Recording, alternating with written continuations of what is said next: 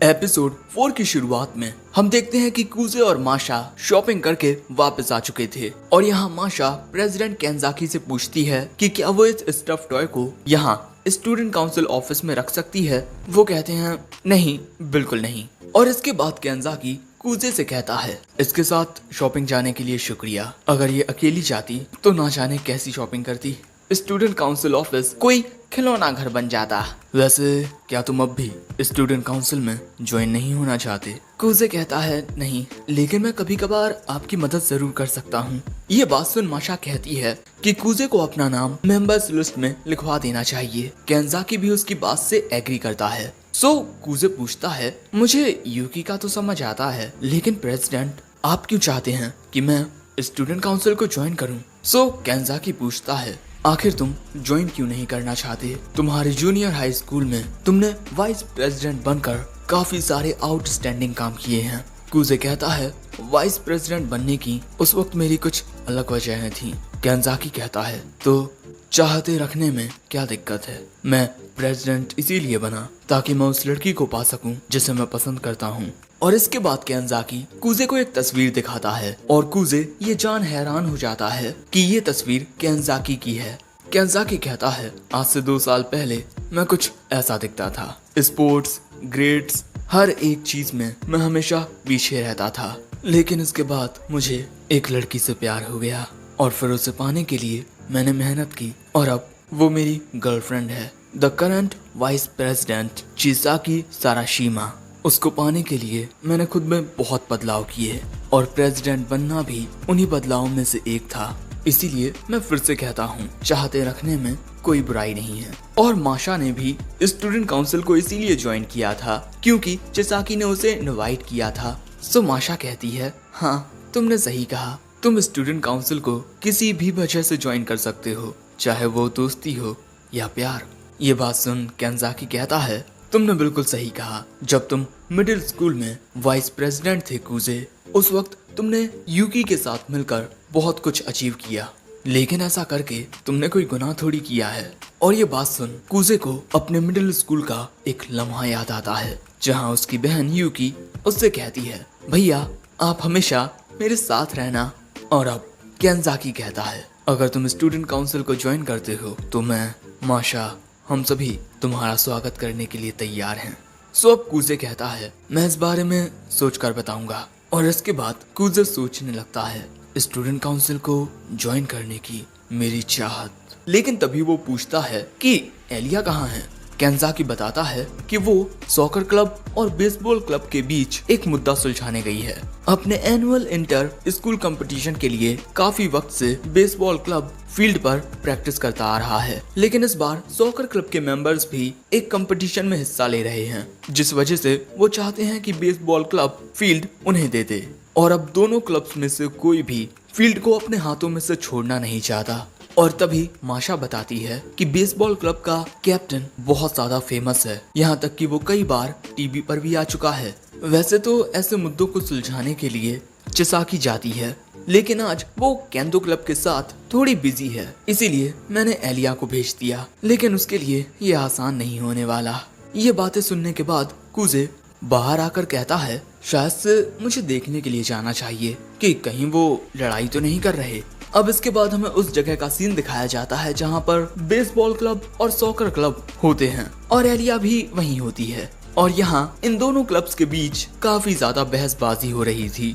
एलिया उनसे कहती है आप दोनों शांत हो जाइए, इस तरह से बहस करना सही नहीं है। एक लड़का पूछता है तो हम क्या करें? एलिया कहती है कैसा रहेगा अगर हम नदी किनारे की फील्ड को एज एन अल्टरनेटिव यूज करें? ये बात सुन सॉकर टीम कहती है ये सही कहा तुमने, बेसबॉल क्लब वहीं जाकर प्रैक्टिस करेगा। बेसबॉल क्लब कहता है अरे हम क्यों जाएं वहाँ, तुम भी तो जा सकते हो। और वहाँ जाने से ये दोनों ही इसीलिए मना कर रहे हैं क्योंकि नदी किनारे की फील्ड की हालत कुछ खास अच्छी नहीं है। और यहाँ फिर से इन दोनों क्लब्स के बीच बहस होने लगती है, लेकिन दोनों क्लब्स के कैप्टन ही बिल्कुल शांत होते हैं। अब इस बहस से बेचारी एलिया का हाल बेहाल होने लगता है क्योंकि कोई भी उसकी बात नहीं सुन रहा था। और यहाँ एलिया अपने बचपन को याद करते हुए फिर सोचती है यहाँ कोई मेरी बात नहीं मानने वाला, शायद से दूसरों से उम्मीदें रखना हमेशा गलत ही होता है, लेकिन कहीं ना कहीं इसमें मेरी ही गलती है, क्योंकि मैं अपने बिहेवियर की वजह से दूसरों को समझ नहीं पाती, ना ही किसी को अपने करीब आने देती हूँ और ना ही मैं खुद किसी के करीब जाती हूँ। और शायद से मेरे ऐसे होने की वजह से ही कोई मेरी बात नहीं सुन रहा। शायद मैं हमेशा अकेली रहने वाली हूँ और मैं मानती हूँ कि ये सब मैंने खुद चुना है, लेकिन और यहाँ वो रशियन में कहती है, प्लीज कोई तो मेरी मदद करो। और अगले ही सीन में वहाँ एंट्री लेता है हमारा कूजे। हेलो, माफ करना अगर मैं अपनी टांग बीच में अड़ा रहा हूँ, लेकिन मैं स्टूडेंट काउंसिल से हूँ, जनरल अफेयर्स ऑफिसर मासाचिका कूजे। अब हमें कुछ लम्हों पहले का सीन दिखाया जाता है, जहाँ कूजे उसी ओर जा रहा था जहाँ उन दोनों क्लब्स के बीच बहस हो रही थी। वहाँ आकर वो देखता है कि एलिया उन दोनों क्लब्स को शांत करने की कोशिश कर रही है, लेकिन कोई भी उसकी बात नहीं सुन रहा। ये सब देख कूजे को बुरा तो लगता है, लेकिन इससे एलिया को एक्सपीरियंस मिलेगा, इसीलिए वो वहाँ से जाने लगता है। लेकिन तभी वो सुनता है कि रशियन में एलिया मदद मांग रही है। ये सुन वो कहता है, इसी वजह से तुम हमेशा अकेली रहती हो, इस तरह से मदद मांगना कि कोई तुम्हें समझ ना सके। और इसके बाद वो उसकी मदद के लिए जाता है। और अब कूजे आकर कहता है, मुझे प्रेसिडेंट के जरिए पता चला कि तुम दोनों क्लब्स के बीच इस बात को लेकर बहस हो रही है कि कौन स्कूल फील्ड पर खेलेगा। कैसा रहेगा अगर बेसबॉल क्लब नदी किनारे प्रैक्टिस करे, क्योंकि सॉकर क्लब में ज्यादा लोग हैं, लेकिन बदले में सॉकर क्लब में से कुछ लोग बेसबॉल क्लब की मदद करने के लिए जाएंगे। लेकिन कूजे की बात से दोनों ही क्लब्स इनकार कर देते हैं। लेकिन तभी सॉकर क्लब की एक लड़की कहती है, अगर हम मैनेजर्स बेसबॉल क्लब की मदद के लिए जाएं तो उसकी बात से बाकी की दो लड़कियां भी एग्री करती हैं। और ये बात सुन बेसबॉल क्लब के लड़के कहते हैं, अगर सॉकर क्लब की मैनेजर्स हमारी मदद करने के लिए आएंगी तो हमें कोई दिक्कत नहीं है। और इसी तरह इन दोनों के बीच का मुद्दा खत्म हो जाता है। और यहाँ एलिया बस कूजे को ही देखती रह जाती है। अब इसके बाद शाम के वक्त कूजे एलिया से कहता है, माफ करना मैंने तुम्हारे काम के बीच अपनी टांग अड़ाई। वो कहती है, कोई बात नहीं, लेकिन आखिर तुमने बेसबॉल क्लब के सामने वो प्रपोजल क्यों रखा? तुम्हें देखकर मुझे लगा जैसे तुम ये पहले से ही जानते थे कि वो सॉकर क्लब की मैनेजर वहाँ मदद के लिए तैयार हो जाएगी। और एलिया ने ये बात उस वक्त नोटिस की जब कूजे उसी मैनेजर की ओर घूर रहा था। सो अब कूजे बताता है कि वो मैनेजर बेसबॉल क्लब के कैप्टन को डेट कर रही है। जब उन दोनों ने अपने रिलेशनशिप को सबके सामने जाहिर किया, तब ये देख काफी सारे लोग हैरान रह गए थे।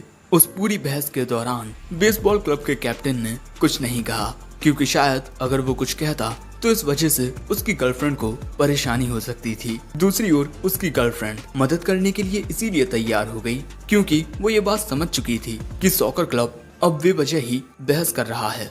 इसीलिए मैंने जानबूझकर वो प्रपोजल उनके सामने रखा और इससे बेसबॉल क्लब भी काफी खुश हो जाएगा, क्योंकि कुछ प्यारी लड़कियां उनकी प्रैक्टिस में उन्हें सपोर्ट करेंगी और सॉकर क्लब इस बात से खुश होगा कि उन्होंने फील्ड को हासिल कर लिया, है ना, एक विन विन सिचुएशन। लेकिन तभी कूजे देखता है कि इनके सामने प्रेसिडेंट होते हैं। मुद्दा खत्म हुआ उन दोनों के बीच। एलिया कहती है, हाँ, ऑल थैंक्स टू कूजे। लेकिन तभी कूजे कहता है, सब कुछ तुम्हारे प्लान के अकॉर्डिंग हुआ, है ना? केंजाकी कहता है, ओहो, तुमने तो मुझे पकड़ लिया।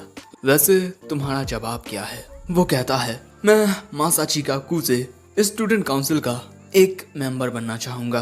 केंजाकी कहता है, मैं तुम्हारा स्वागत करता हूँ। लेकिन दोस्तों, इस बात से एलिया को कुछ खास खुशी नहीं होती। वैसे इसके बाद घर जाते हुए कूजे कहता है, मुझे लगता है कि मैं पूरी तरह से प्रेसिडेंट के जाल में फंस गया था और हाँ, कूजे का जितना भी पेपर वर्क है वो कल किया जाएगा। लेकिन यहाँ एलिया कूजे से पूछती है, क्या तुमने सच में स्टूडेंट काउंसिल को ज्वाइन कर लिया है? वो कहता है, हाँ। एलिया पूछती है, क्या तुमने इसीलिए ज्वाइन किया है ताकि तुम स्टूडेंट काउंसिल प्रेसिडेंट इलेक्शन में यूकी की मदद कर पाओ? वो कहता है, अगर मैं हाँ कहूँ तो क्या तुम स्टूडेंट काउंसिल प्रेसिडेंट इलेक्शन नहीं लड़ोगी? वो कहती है, भले ही तुम मेरे खिलाफ क्यों ना हो जाओ, लेकिन मैं स्टूडेंट काउंसिल प्रेसिडेंट जरूर बनूंगी। मैं कभी हार नहीं मानूंगी। कूजे कुछ याद करते हुए मन में कहता है, हाँ, तुम हमेशा से ऐसी ही रही हो। और अब वो कहता है, अगर तुम चाहो तो मैं स्टूडेंट काउंसिल बनने में तुम्हारी मदद कर सकता हूँ। अब से मैं तुम्हें अकेला नहीं छोड़ूंगा। मैं हमेशा तुम्हारा साथ दूंगा, इसीलिए चुपचाप मेरा हाथ थाम लो एलिया। और भाई इस लम्हे में एलिया कूजे को देखती ही रह जाती है और इसके बाद वो कूजे का हाथ थाम लेती है और इसके बाद उसे रशियन में कहती है, मैं तुम्हें पसंद करती हूँ। और ये बात सुन कूजे का दिल जोरों से धड़कने लगता है। उसे अपने बचपन की याद आती है, बचपन की अपनी वो दोस्त। लेकिन तभी उसकी ये यादें टूट जाती हैं क्योंकि एलिया अचानक ही जोर से उसका हाथ दबाने लगती है और पूछती है, क्या तुम किसी और लड़की के बारे में सोच रहे हो? कूजे कहता है, आखिर तुम्हें पता कैसे चला?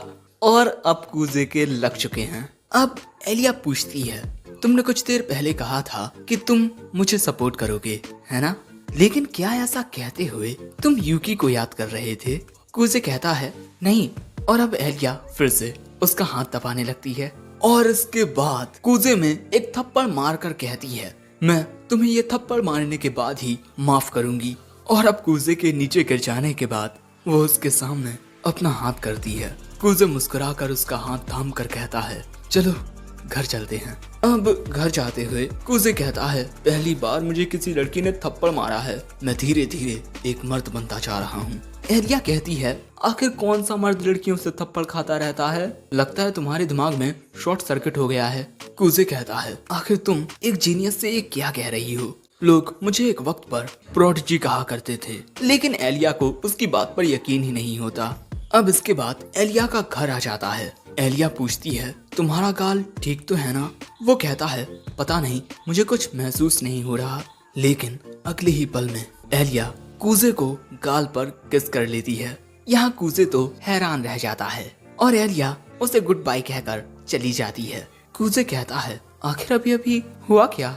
और इसके बाद हम एलिया को उसके कमरे में देखते हैं जो बहुत ज्यादा शर्मा रही थी, ये सोचते हुए कि क्या सच में मैं कूजे को पसंद करती हूँ? नहीं, ऐसा नहीं हो सकता, मैं उसे पसंद नहीं करती, मैं तो बस जरा बहक गई थी और इस वक्त मुझे ये सब नहीं सोचना चाहिए। मेरे पास जरूरी काम है करने को, मुझे स्टूडेंट काउंसिल प्रेसिडेंट बनना है। लेकिन अगर मैंने उसे सच में प्रपोज कर दिया तो? माफ करना, लेकिन मैं तुमसे प्यार नहीं करता। और ये सोचते ही एलिया अपने गद्दे में मारते हुए कहती है, मैं भी तुम्हें पसंद नहीं करती। और इसके अगले सीन में हम देखते हैं कि माशा घर आ जाती है और माशा को देख एलिया पूछती है कि क्या कुछ हुआ है? वो कहती है कि हाँ, कुछ बहुत ही अच्छा हुआ है, ये देखो तुम्हारी तरह दिखने वाली प्यारी बिल्ली। एलिया पूछती है कि कहाँ से ये मेरी तरह दिखती है? माशा कहती है, इसकी आंखें जरा गौर से देखो। लेकिन इसके बाद माशा कहती है, एलिया, कूजे एक बहुत ही अच्छे दिल का लड़का है और मैं समझ चुकी हूँ कि आखिर क्यों तुम्हें उससे प्यार हुआ। एलिया कहती है, मैं उसे पसंद नहीं करती। ये बात सुन माशा कहती है, चलो ठीक है, लेकिन अगर तुम उसे पसंद करती हो तो तुम्हें जल्द से जल्द उसे ये बात बता देनी चाहिए, वरना कोई और उसे तुमसे छीन लेगा। एलिया कहती है, आप ये क्या कह रही हो? लेकिन माशा कुछ नहीं कहती और अपने कमरे में चली जाती है और एलिया को कुछ समझ नहीं आता और इसी के साथ ये एपिसोड एंड हो जाता है। सो दोस्तों, अगर तुम्हें ये एपिसोड पसंद आया हो तो लाइक करना, चैनल पर नए आए हो तो सब्सक्राइब करते जाना और कमेंट करके जरूर बताना कि ये एपिसोड तुम्हें कैसा लगा। And in the end, sayonara.